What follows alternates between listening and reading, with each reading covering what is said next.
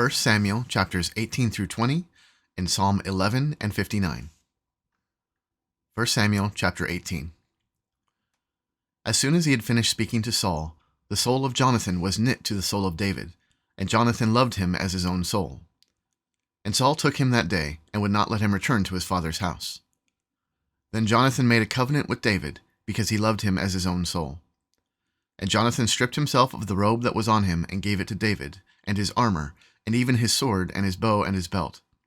And David went out, and was successful wherever Saul sent him, so that Saul set him over the men of war. And this was good in the sight of all the people, and also in the sight of Saul's servants.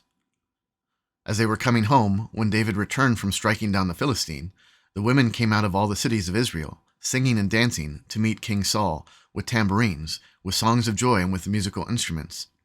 And the women sang to one another as they celebrated, "Saul has struck down his thousands, and David his 10,000s." And Saul was very angry, and this saying displeased him. He said, "They have ascribed to David 10,000s, and to me they have ascribed thousands. And what more can he have but the kingdom?" And Saul eyed David from that day on. The next day a harmful spirit from God rushed upon Saul, and he raved within his house while David was playing the lyre, as he did day by day. Saul had his spear in his hand, and Saul hurled the spear, for he thought, "I will pin David to the wall." But David evaded him twice. Saul was afraid of David, because the Lord was with him, but had departed from Saul. So Saul removed him from his presence, and made him a commander of 1,000, and he went out and came in before the people. And David had success in all his undertakings, for the Lord was with him. And when Saul saw that he had great success, he stood in fearful awe of him. But all Israel and Judah loved David, for he went out and came in before them. Then Saul said to David, "Here is my eldest daughter, Merab. I will give her to you for a wife. Only be valiant for me, and fight the Lord's battles." For Saul thought, "Let not my hand be against him, but let the hand of the Philistines be against him." And David said to Saul, "Who am I, and who are my relatives, my father's clan in Israel, that I should be son-in-law to the king?" But at the time when Merab, Saul's daughters, should have been given to David, she was given to Adriel the Maholathite for a wife. Now Saul's daughter Michal loved David, and they told Saul, and the thing pleased him. Saul thought, "Let me give her to him, that she may be a snare for him, and that the hand of the Philistines may be against him." Therefore Saul said to David a second time, "You shall now be my son-in-law." And Saul commanded his servants, "Speak to David in private, and say, 'Behold, the king has delight in you, and his servants love you. Now then become the king's son-in-law.'" And Saul's servants spoke those words in the ears of David. And David said, "Does it seem to you a little thing to become the king's son-in-law, since I am a poor man and have no reputation?" And the servants of Saul told him, "Thus and so did David speak." Then Saul said, "Thus shall you say to David, 'The king desires no bride price except 100 foreskins of the Philistines, that he may be avenged of the king's enemies.'" Now Saul thought to make David fall by the hand of the Philistines. And when his servants told David these words, it pleased David well to be the king's son-in-law. Before the time had expired, David arose and went, along with his men, and killed 200 of the Philistines, and David brought their foreskins, which were given in full number to the king, that he might become the king's son-in-law. And Saul gave him his daughter Michal for a wife. But when Saul saw and knew that the Lord was with David, and that Michal, Saul's daughter, loved him, Saul was even more afraid of David. So Saul was David's enemy continually. Then the commanders of the Philistines came out to battle, and as often as they came out, David had more success than all the servants of Saul, so that his name was highly esteemed. Chapter 19. And Saul spoke to Jonathan his son, and to all his servants, that they should kill David. But Jonathan, Saul's son, delighted much in David. And Jonathan told David, "Saul my father seeks to kill you. Therefore be on your guard in the morning. Stay in a secret place and hide yourself. And I will go out and stand beside my father in the field where you are, and I will speak to my father about you. And if I learn anything, I will tell you." And Jonathan spoke well of David to Saul his father, and said to him, "Let not the king sin against his servant David, because he has not sinned against you, and because his deeds have brought good to you. For he took his life in his hand, and he struck down the Philistine. And the Lord worked a great salvation for all Israel. You saw it and rejoiced. Why then will you sin against innocent blood by killing David without cause?" And Saul listened to the voice of Jonathan. Saul swore, "As the Lord lives, he shall not be put to death." And Jonathan called David, and Jonathan reported to him all these things. And Jonathan brought David to Saul, and he was in his presence as before. And there was war again, and David went out and fought with the Philistines, and struck them with a great blow, so that they fled before him. Then a harmful spirit from the Lord came upon Saul, as he sat in his house with his spear in his hand. And David was playing the lyre. And Saul sought to pin David to the wall with the spear, but he eluded Saul, so that he struck the spear into the wall. And David fled and escaped that night. Saul sent messengers to David's house to watch him, that he might kill him in the morning. But Michal, David's wife, told him, "If you do not escape with your life tonight, tomorrow you will be killed." So Michal let David down through the window, and he fled away and escaped. Michal took an image and laid it on the bed, and put a pillow of goat's hair at its head, and covered it with the clothes. And when Saul sent messengers to take David, she said, "He is sick." Then Saul sent the messengers to see David, saying, "Bring him up to me in the bed, that I may kill him." And when the messengers came in, behold, the image was in the bed, with the pillow of goat's hair at its head. Saul said to Michal, "Why have you deceived me thus, and let my enemy go, so that he has escaped?" And Michal answered Saul, "He said to me, 'Let me go. Why should I kill you?'" Now David fled and escaped, and he came to Samuel at Ramah, and told him all that Saul had done to him. And he and Samuel went and lived at Naioth. And it was told Saul, "Behold, David is at Naioth in Ramah." Then Saul sent messengers to take David, and when they saw the company of the prophets prophesying, and Samuel standing as head over them, the Spirit of God came upon the messengers of Saul, and they also prophesied. When it was told Saul, he sent other messengers, and they also prophesied. And Saul sent messengers again the third time, and they also prophesied. Then he himself went to Ramah, and came to the great well that is in Seku. And he asked, "Where are Samuel and David?" And one said, "Behold, they are at Naioth in Ramah." And he went there to Naioth in Ramah. And the Spirit of God came upon him also. And as he went, he prophesied, until he came to Naioth in Ramah. And he too stripped off his clothes, and he too prophesied before Samuel, and lay naked all that day and all that night. Thus it is said, "Is Saul also among the prophets?" Chapter 20. Then David fled from Naioth in Ramah, and came and said before Jonathan, "What have I done? What is my guilt? And what is my sin before your father, that he seeks my life?" And he said to him, "Far from it, you shall not die. Behold, my father does nothing either great or small without disclosing it to me. And why should my father hide this from me? It is not so." But David vowed again, saying, "Your father knows well that I have found favor in your eyes, and he thinks, 'Do not let Jonathan know this, lest he be grieved.' But truly, as the Lord lives, and as your soul lives, there is but a step between me and death." Then Jonathan said to David, "Whatever you say, I will do for you."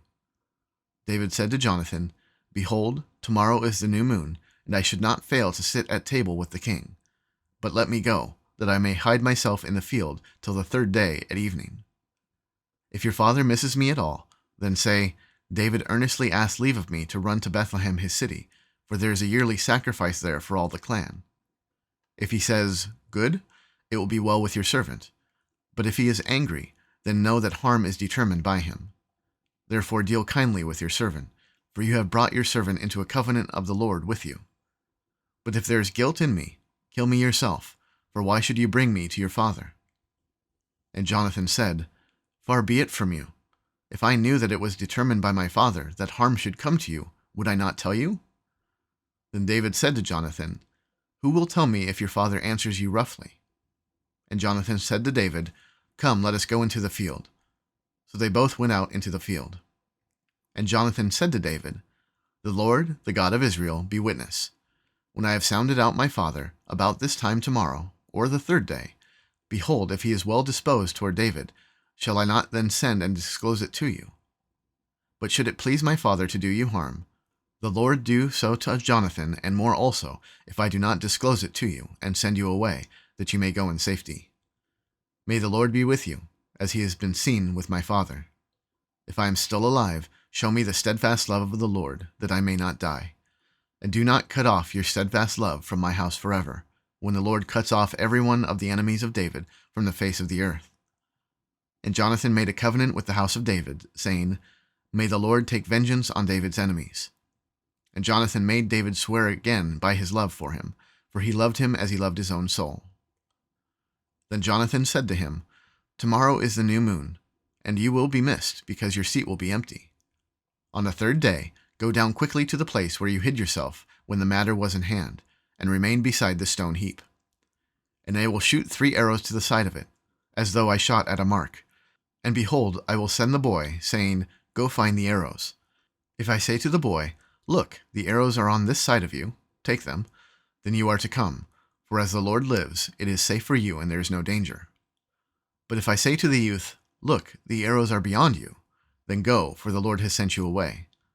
And as for the matter of which you and I have spoken, behold, the Lord is between you and me forever."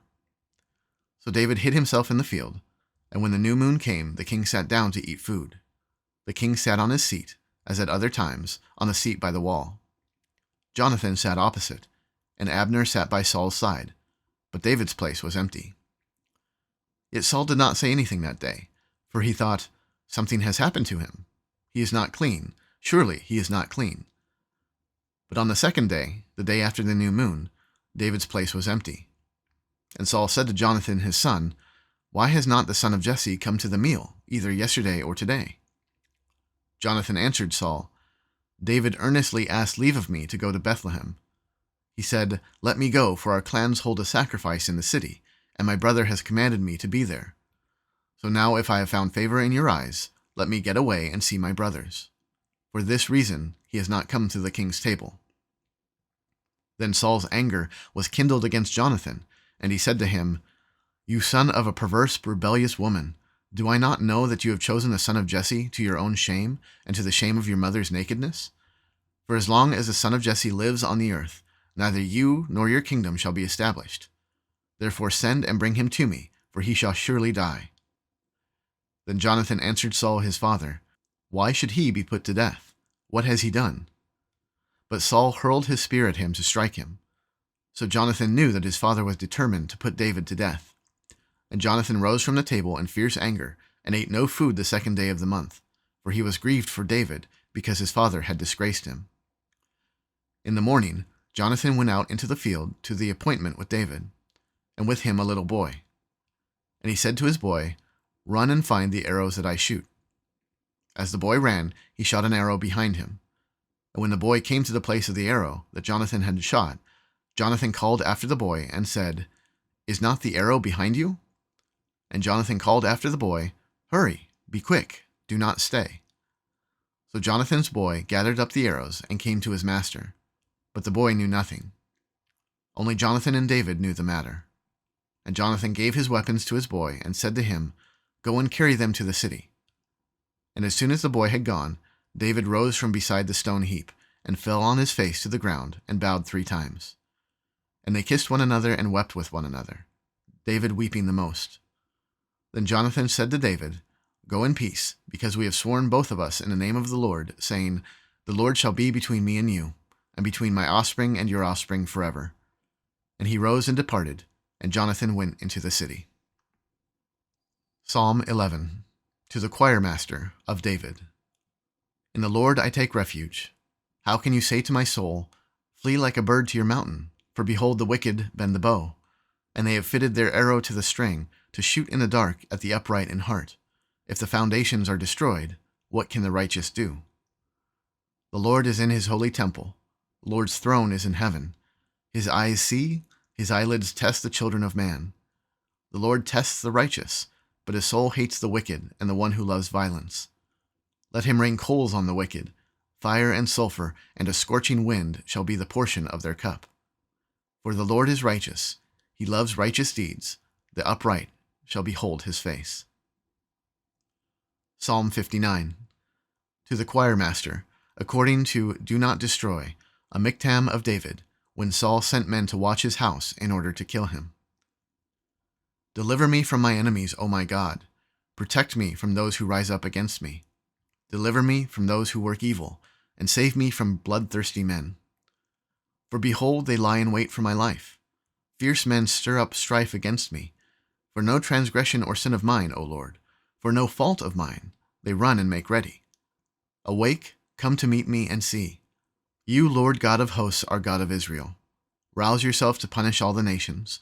Spare none of those who treacherously plot evil. Each evening they come back, howling like dogs, and prowling about the city. There they are, bellowing with their mouths, with swords in their lips, for who, they think, will hear us? But you, O Lord, laugh at them. You hold all the nations in derision. O my strength, I will watch for you. For you, O God, are my fortress. My God, in his steadfast love, will meet me. God will let me look in triumph on my enemies.